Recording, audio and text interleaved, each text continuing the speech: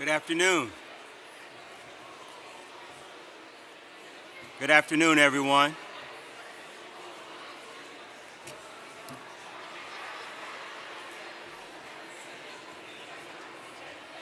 Good afternoon, everyone. My name is Zeb Davenport, and I serve as the Vice President for Advancement and External Affairs here at Westchester University. And I would like to take this opportunity to welcome you all to the President's Fall Address. I believe this is the first time our President will be officially addressing us as a campus since her inauguration. And you probably saw some of the quotes from the inauguration on the screen as you were walking in. Well, my friends, I invite you to sit back and relax because we are in for a real treat this afternoon. As you know, President Bernotsky has been with Westchester University for over 30 years, and she is deeply passionate about this university and keenly focused on student engagement and success. She began her role as president July 24, and during that time, she not only hit the ground running, in fact, we've been on roller skates since she came back, but she hit the ground learning as well. During her Fall 24 address, she told us that she wanted to hear from each and every one of us, and she has been true to her word. She met with students, faculty, staff, administrators, donors, alumni, community members, elected officials, and friends of the university. And today, she's going to sum up the last 14 months of her tenure as president, share her vision for our immediate future, give us a charge on how we can move from almost awesome to awesome, and finally, she will show us what achieving awesome actually looks like. So without further ado, I ask that you join me in welcoming the 16th president of the university to the stage, Dr. Laurie Bernotsky. Thank you, Zeb. Thanks, everybody. I really appreciate that you're here. It's the Friday after fall break, so I understand that it takes a lot of commitment. I know how busy everybody is, and we're going to actually talk about that a little bit today. And let me just start off by saying, as Zeb said, we're doing things a little bit differently. It probably looks a little bit different up here, and that's because I want to have a conversation today. Most of you know, many of you know, that my favorite thing to do still, after all these years, is to teach. I love teaching, I miss teaching, and so I guess it's really not that big of a leap to think that eventually we were going to move from the formal speech giving into this. A PowerPoint, a little table, some notes, my bottle of water. This is the environment that I enjoy most, and so I really just want to invite you into a conversation today. I'm going to go over all the things that Zeb said, but trust me, it's not going to be that long. I promise you. We have a wonderful lunch waiting on the quad. And by the way, to pique your interest, right? Did everybody get their little gift coming in? By the end of this conversation, you'll know what this is all about. So there you go. With all that in mind, let's get underway. This pathway is something that is going to just give the overview of the conversation today. The listening tour, as Zeb said, launched in the fall. The call to action was during the inauguration address. The action plan, developing that, I want to start that today. And then implementing the action plan, hopefully that's where we're going to land this summer. So that's kind of the arc of what we'll talk about in the next little bit of time here. The listening tour, Zeb already mentioned this. I won't go into great detail. And let me just say, with that in mind, the PowerPoint here, we will post this, and it has more detail in it than I'm going to say today, right? So don't worry if we're going by and you think, wait a minute, what was that? You will be able to download it to your heart's content. The listening tour, though, we had over 40 sessions in person, Zoom, with all the constituents that Zeb mentioned, students, faculty, staff, alums, donors, community leaders, elected officials, employers, partners, all around the place. And we also had an online submission form. So we got to hear back from lots and lots of folks. And by the way, I know it's Friday afternoon. Do we have any students here today? Aha, so let me give, yes, good job for you. Let me give a shout out to our students because I will tell you what you're here today. You all informed so much of really what's going to become the priorities we focus on in the next couple of years. You're why we're here, and I heard really wonderful feedback from current students as well as ones who just recently graduated, as well as alums who are former students. So truly, today is about how we're going to serve you, keep serving you, and maybe even move the needle a little bit on how we serve you. So thank you, students and everybody, for your input during the listening tour. With all that in mind, some highlights I'll share with you. I'm going to share just a couple challenges, then a couple strengths and opportunities, but as I said, there's more of this when you can look at the notes online, but just the top ones. And the students in the room, you will know, you will not be surprised by the first one, housing. Housing remains a challenge. However, we're making progress. I'm really pleased to say we just started work on South Campus, where we're going to add 220 beds, and we have a plan, a 5-year plan, where we're going to keep increasing some of that, just to relieve some of our housing demand. Another challenge, no big surprise here, financial stability. You might say, wait a minute, I thought Westchester's financially stable. We are. We work hard. We worked hard to get there. We work hard to stay there. But in the environment we're in, that's going to remain something that is a challenge. It's not like a box we can check and say, whew, that's behind us. So that's going to remain a challenge. And then here's one that I want to just give a little bit of a different definition. Sustainability. But I mean sustainability broadly defined. What I heard on the listening tour, and by the way, from faculty, staff, students, outside community members, it just seems to be a thing all over the place. And I'm calling it social sustainability. I don't have a better word. You all can help me think about that as we work through the academic year. But people are feeling maxed out, trying to do more with less, feeling like they can't quite get that work-life balance.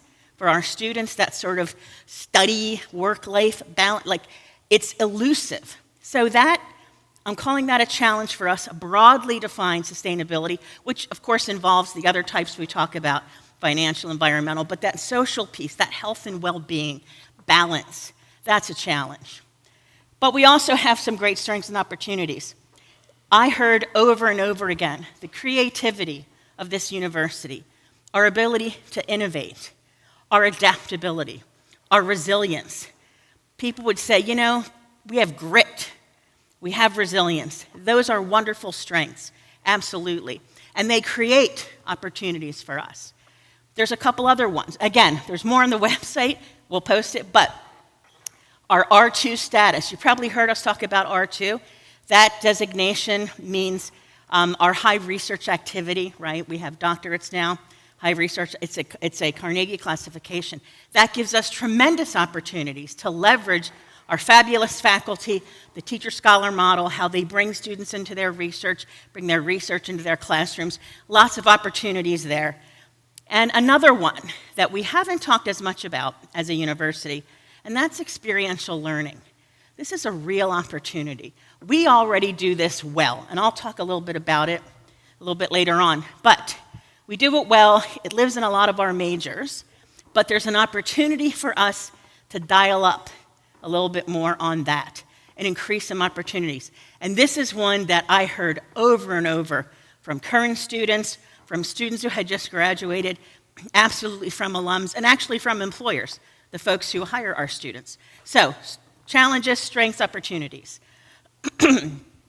Right behind me is a word cloud. And at first, I have to tell you, when I was prepping for this, I said, can people see? And they said, you're so short, don't worry about it. You can stand in the middle and nobody will mind. But I'm going to move to the side anyway. It makes me feel taller. So, this is a word, you know what a word cloud is?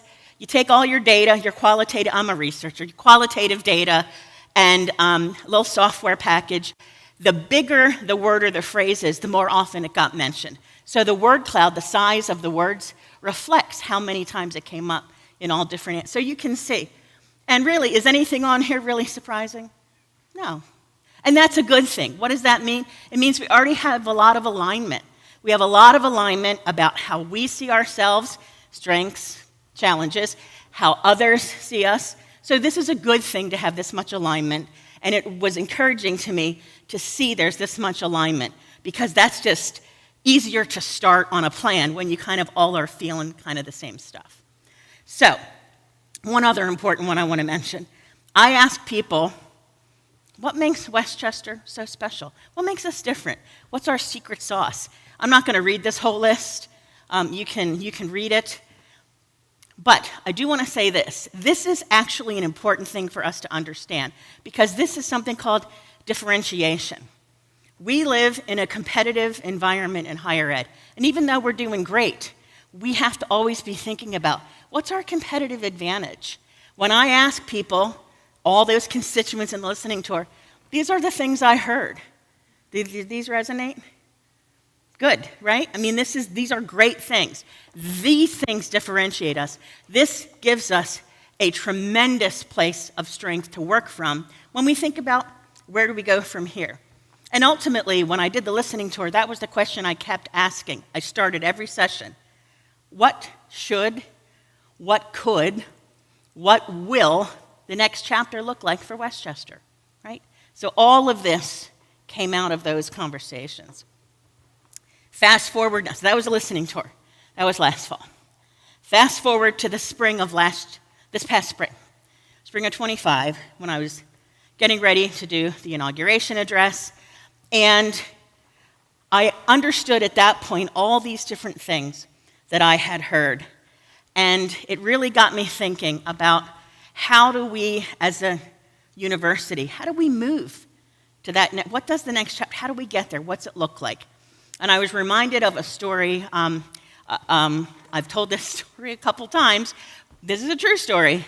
Many years ago now, a faculty member, we were actually at a retreat and we were talking at one of the breaks, and she told me, you know, when I retire, I'm going to write a book about Westchester, and it's going to be called Almost Awesome.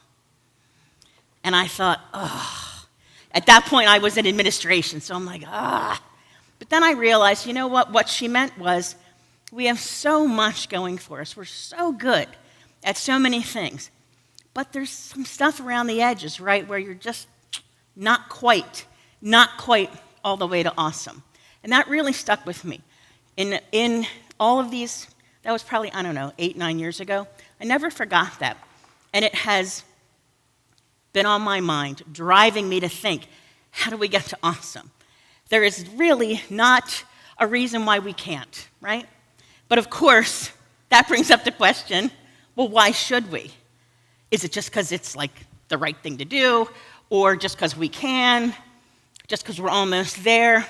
And I would say there's actually got to be a bigger reason, right? Why? Because getting to awesome isn't easy. Getting to almost awesome, we're already there. It's a pretty good place to be, right? It's a great university. We have a lot of strength. You might say, well, why don't we just stay here? This feels pretty good. Here's the reason. Here's at least one of the reasons, right? Higher ed in general, I'm not just talking about Westchester, higher ed in general, all of higher ed, we've really fallen out of favor with the general public, if you think about it, right? Think about what you hear on the news, what you hear people talking about. People question the value of higher ed. What do we do, right? What's our ROI? These are questions. And as leaders in higher ed broadly, not just Westchester, leaders in higher ed broadly, I think we have to start reclaiming some of that ground. What we do in higher ed, getting your bachelor's degree or going on to get your master's degree, getting that first bachelor's, your first degree, that is still the great equalizer. It is still the thing that changes a life outcome more than any other variable. We have to get that ground back. So when I think about why do we get to awesome, why should we say we can do a little bit more, we can go a little bit further? It's because I think given our strengths, given everything we have going for us, Westchester really can and should lead the way there, delivering on the promises for our students, the promises we make, keeping their costs low, making sure that they have access to career readiness. Getting to awesome is important for us. How do we get there? So we talked about why. How? Here's what I spent some time thinking about really the last several months. Be better, think bigger, foster moments. I'll unpack each of these. And when you see be better, don't panic. It's not that I'm going to now say, and here's 25 new things. It's not that. These are actually, think of it as a framework, a way to think about what we do, how we would get to awesome. Okay? So we'll unpack them one at a time. Be better. We're already doing great things. We have great people doing great things. And this is really important. Doing things differently doesn't have to mean doing more. In fact, it shouldn't mean doing more, because what I heard, this is that social sustainability. People are like, I can't take on, I heard it from students, I heard from faculty, I can't take on one more thing. Okay, so we just maybe need to change our frame, right? Not add more stuff on. That mindfulness, right, of changing a frame. And we can think about our habits and think about, why do we do this? How can maybe we do it differently? And I'm going to challenge you as we go through this. Be better, think bigger, foster moments. The be better is really you asking yourself, how can I be better? What can I do differently? Not more. What can I do differently as an individual? Maybe to be a better team member. What can my office, my unit, my college, my division, right? And I want to be super clear here. I really am asking you to think about your contribution, right? Because it's way easier to say, you know what, to your people on your team or in your office, you know what, you would be so much better if you just did blah, blah, blah. Believe me, ask my husband how good I am at doing that. You know, this would make you so much better. I'm asking you, look at yourself. And I will set the example by sharing with you. I'm not proud of this, but I have committed, ever since working on this, I am committing to working on this. My first reactions aren't necessarily my best reactions, and that's because I'm not super good yet at assuming good intent. I tend to do the opposite, which is to think, why is this person trying to ruin my life, right? That's really not the attitude to have. When I get an email or a text or a phone call, I have to pause. I'm trying to say, okay, take a breath. This person thinks they're doing a great job, and they think they're helping you. Like, they're not out to make chaos. They really aren't. And, right, I will admit to you, I'm working on that. My team will probably be very happy, won't they, Zeb, if I get better at that.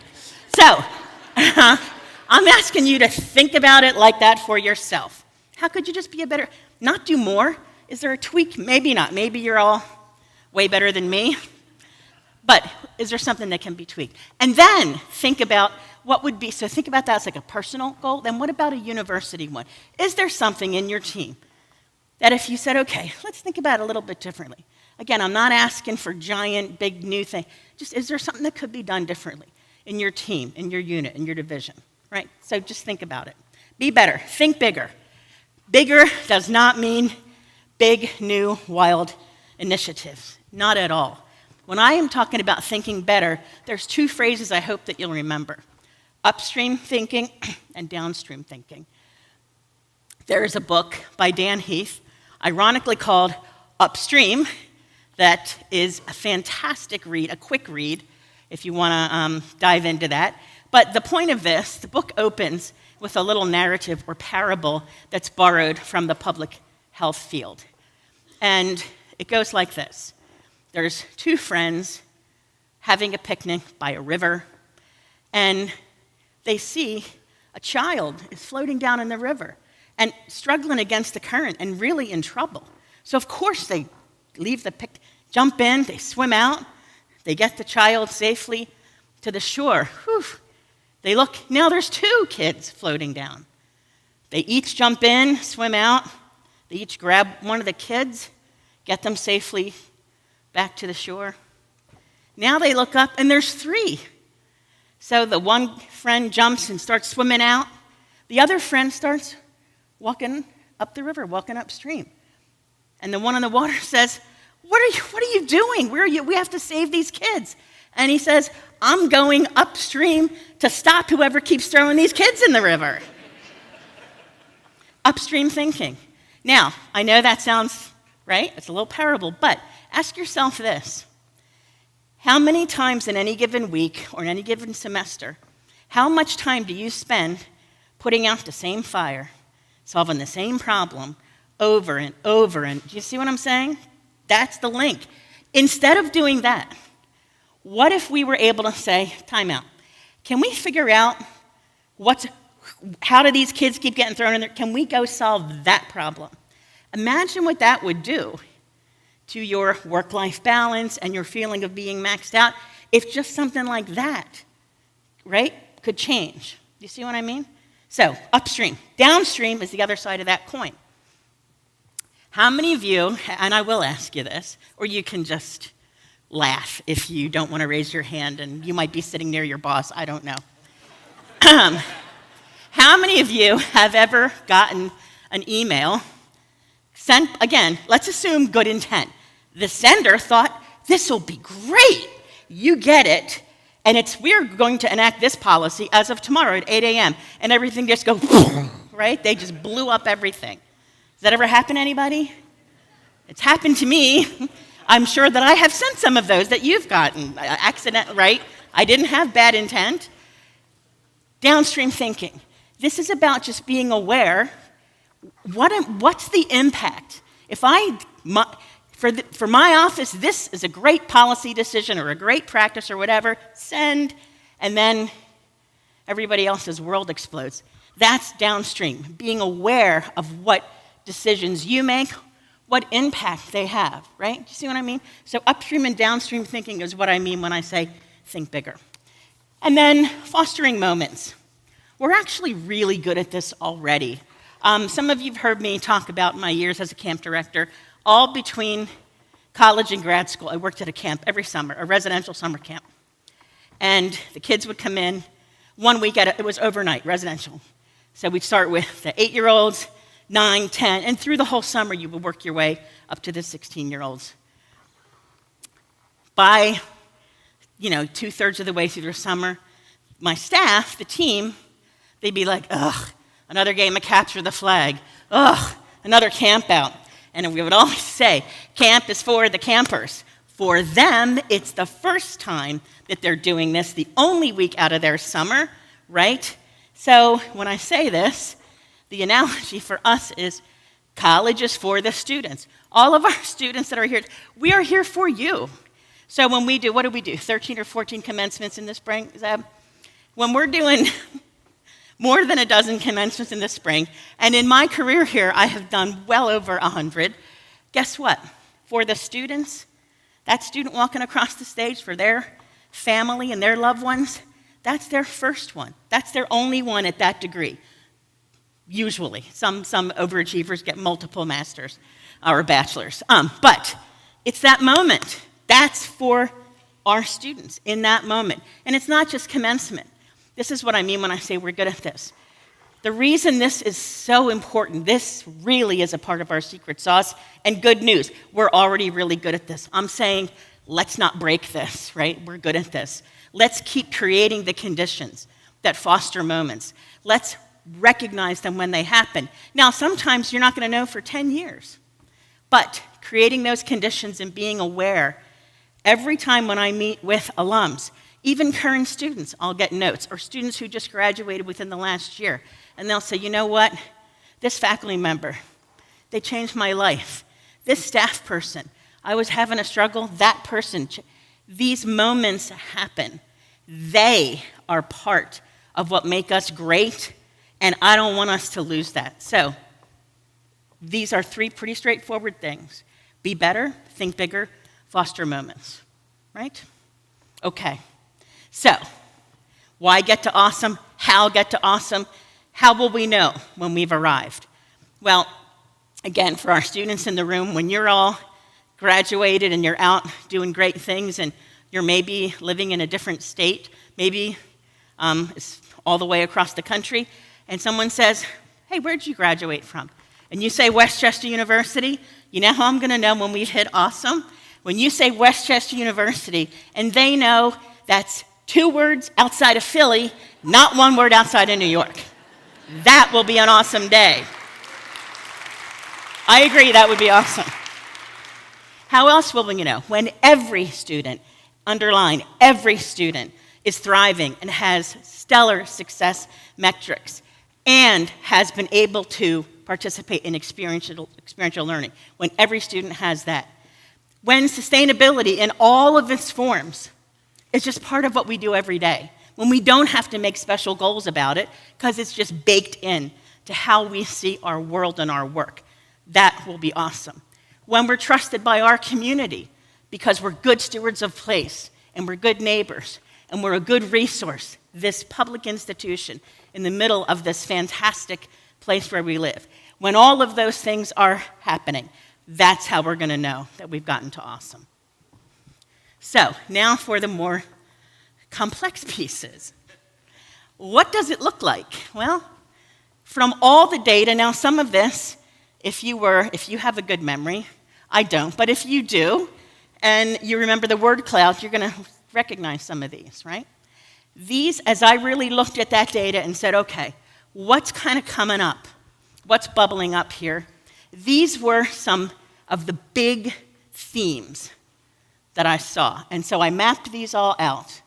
What does awesome look like? And you can read that list, of course. It'll also be on the website. But this turned into my summer of insomnia. And I'm not kidding. Like, I had so much insomnia this summer. And ZQuil does not work like they say it does. Let me just tell you that right off the bat. Because here's what I really was struggling. How do we take all of that? How do we take all of that and put it into a strategic plan that doesn't collapse under its own weight? And let me tell you something. When I was really struggling and thinking about this, I kept thinking about all the work that goes into a strategic plan. And remember, I've been here 30 years, but last year was my first year as president, so actually I got a free pass on a lot of things, right? Oh, we extended the strategic plan. You don't have to think about that right now. That was great. But then, of course, the inauguration happened, commencement, and I suddenly was in the summer thinking, oh my God, people are going to expect me to have this thing kind of ready to go, and how in the world can I bring this to people when we're already doing so much? Hence all the insomnia. So, what's the answer to how do we do all of that? Here's the answer. We don't. Let me explain what I mean. How many of you, actually, so I've been here, I said, 30 years. 25 of those 30 years, I was on strategic planning committees. All right, has anybody else been on strategic planning committees? Yeah, okay. How many times you're on a committee, strategic planning committee, and what does the committee do? And no offense to all of you, I was on them too, all right? So let's assume good intent here. The committee has all these great things for everybody else to do, right? That's kind of how it works. And then it gets put into this thing, and it's like 5 years, or now maybe it's 3, or we used to do 10 years, believe it or not. That's a lot. It's a whole lot. And of course, thinking about doing that, I was dreading having to come back and say, hey, let's do a strategic plan. I was really dreading it, all right? So, the we don't is a very freeing thing. What if we didn't have to do the traditional approach? Something you hear me say a lot, if you want to see what you haven't seen before, you have to do what you haven't done before. What if we gave ourselves permission to do something not the traditional strategic plan way? What if we said, you know what, we already know things that we're really good at. You just saw that list. Things we're good at, things that are natural priorities. What if we, instead of spending a year of committees and then saying, here's the next 3 to 5 years, What if we just focused on all of this, built on all of this, and kind of linked all of this into a strategic direction? Would that be something we could do? I hope the answer is yes, because the whole rest of my thing is based on the answer being yes. So let us assume the answer is yes. So, go ahead, Zeb. So, this is the thing, right? This is the slide I just showed you. This was my summer of insomnia. Now, these little pyramids, it wasn't just a fun thing for you to have. Get it out. Get ready. The next slide is going to stress you out. Just squeeze. We will get through the next slide, I promise. Keep it in your hand for like a couple slides, because I want you to feel. I didn't have this in the summer. I needed this in the summer. We're going to get through this. My goal was, how do I take all the great things I heard from all of you and say, here's a vision of what to do? Squeeze, squeeze. Okay, it was this. Now, you might think, oh my God, what is that? Yes, I know, I was trying to draw it, and you can see all the stuff that's on the prior slides. It's on here, and all these connections and all these other things. Yeah, but that's not very easy to read either. So, again, all of this was in the insomnia of it, and I had this in my mind at 3 in the morning. And then I had an idea. Go ahead. Yeah, here we go. Now, this little video, it's a real video from my kitchen table, a Saturday morning in July, and just to prove it, like, here it is. This is a real little thing. This is an Amazon box with Scotch tape and cut up little Post-it notes, because I only had a big pack and I needed little ones, right? So that's video proof that this is real. But do you see what just happened? That origami, whatever, when I realized, wait a minute, just like fold it up, right? So this then became this. Doesn't this look a lot easier than that big origami? Doesn't this look a lot easier than any strategic plan you've ever seen?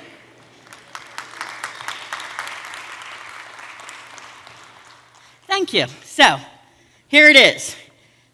Our strategic plan, which is not a strategic plan, it is an action plan.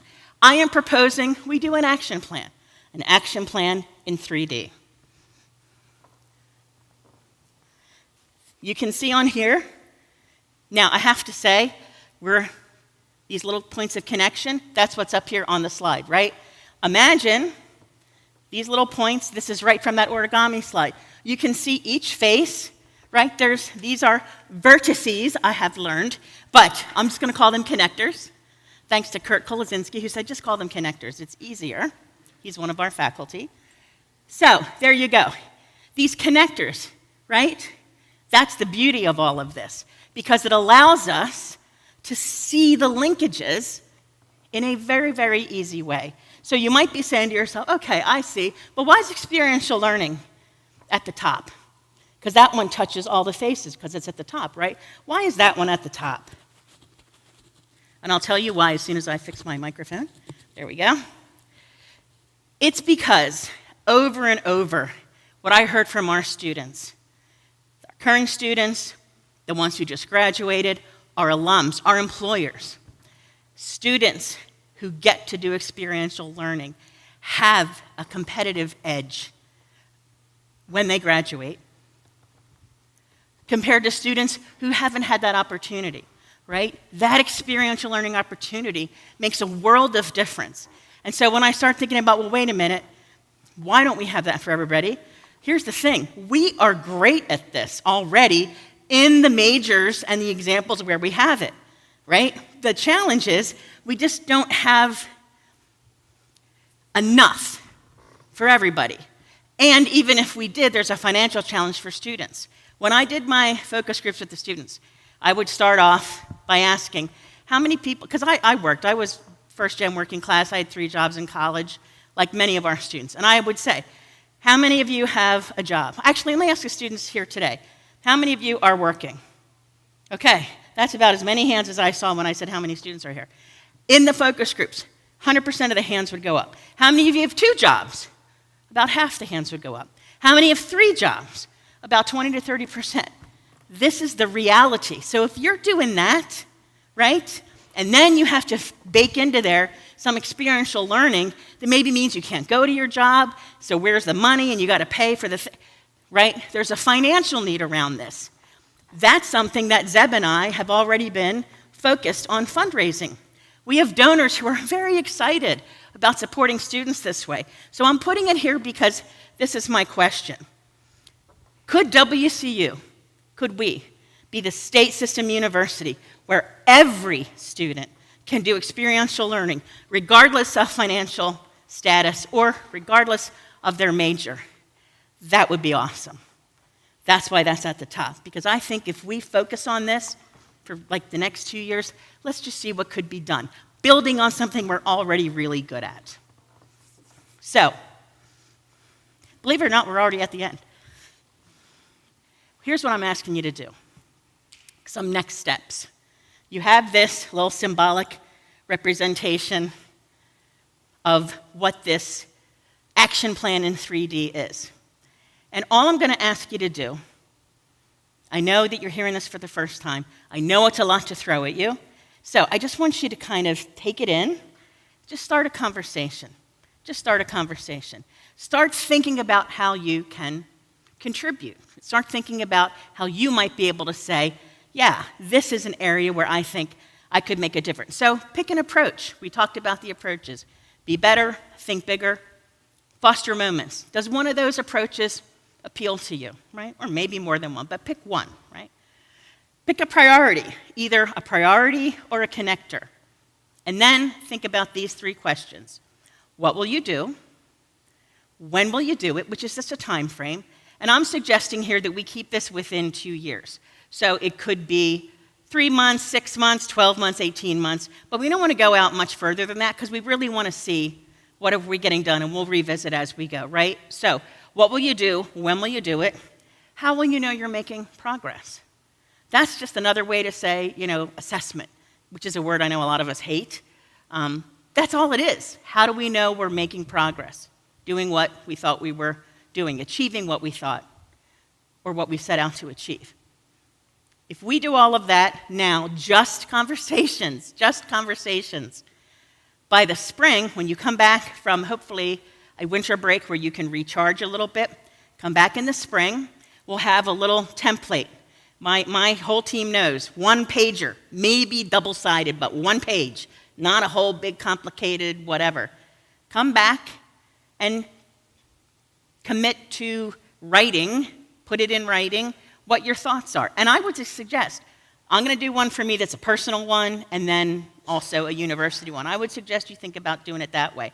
We will have people who can help, who can assist if you want someone to come to your office, your department, your whatever. We have people who are good at this part who can operationalize, meaning turn it into a plan. If everybody can get that done by the end of spring break, or do it before spring break so you can relax during spring break, get it done, my team will synthesize everything, synthesize it all by priority, by connector. We'll see what comes out. In April, we'll come back. We'll have version 2.0 of this. I guess this is like version 0. It's version 1.0. We'll have version 2.0 in the spring. And I will be able to share with you then the action plan that we all just wrote together, where every single person has some contribution and role. And if it's not obvious to you as you think about it and you say, I really don't see it, we're going to have people who can help figure that out, right? So that will all be done before commencement, and then we will launch this in the summer of 2026. We'll do commencement, we'll launch this June-ish, right? And we're going to see what happens over the next 2 years. And so here we are. Our sights are set on awesome. I just introduced the idea. Give you time to think about it. Develop an action plan is what I'm asking you to do in the spring. Year 1, year 2, right? You can see on here, we're aiming at, I'm not saying we're going to totally get to awesome in 2 years, right? But we sure can be aiming for it. Let me end with just one example. Some of you might remember, or Has anybody been to a football game yet this season? Okay, if you haven't, try to get to one. It looks pretty amazing. And let me show you. It's really good to show you since you didn't get to come. This is a picture of what our scoreboard used to be down at Farrell Stadium, right? And it's a great example of almost awesome. I talked about this in the inauguration speech, and it actually inspired, believe it or not, it inspired some donors to say, hey, can we change that? And here's the thing. Almost awesome, it does work. It gets the job done. This thing works. It keeps the scores. You can see there's advertisements. It does the game plots. It works, right? Okay. But, what if it could be that next level? When these donors said, you know what, we're going to change that one thing. You know what it did? It had this sort of contagious effect that next thing you knew, we were redesigning the whole way that we do game days. And our goal was make sure we have great things for our students to stay on Saturday, to stay here, to enjoy. We added a purple pit for the students who never did that before. There's live music, a band, food, everything. We added Touchdown Terrace, which holds a lot more of our donors and alums. We added a kids zone. People can bring their kids and enjoy this wonderful, wonderful thing during the whole game. All of that was also born from somebody saying, can this be tweaked from almost awesome to awesome? So a picture is worth 1,000 words, which means I guess a video is worth 1,000,000 words. So I'm going to stop there and show you what awesome can look like. One great example of what awesome can look like.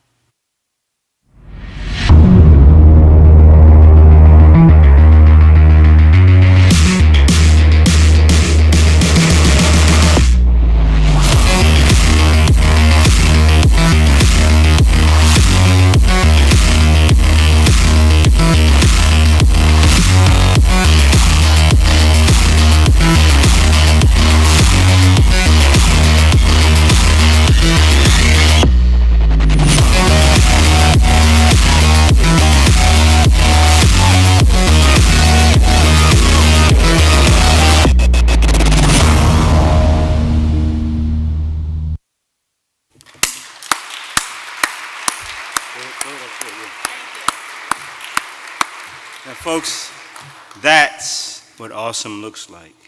As President Bernotsky said, if each of us individually be better, think bigger, and continue to foster moments, we have no doubt that together we can take the university to the next level, which is awesome. Let's give her another round of applause.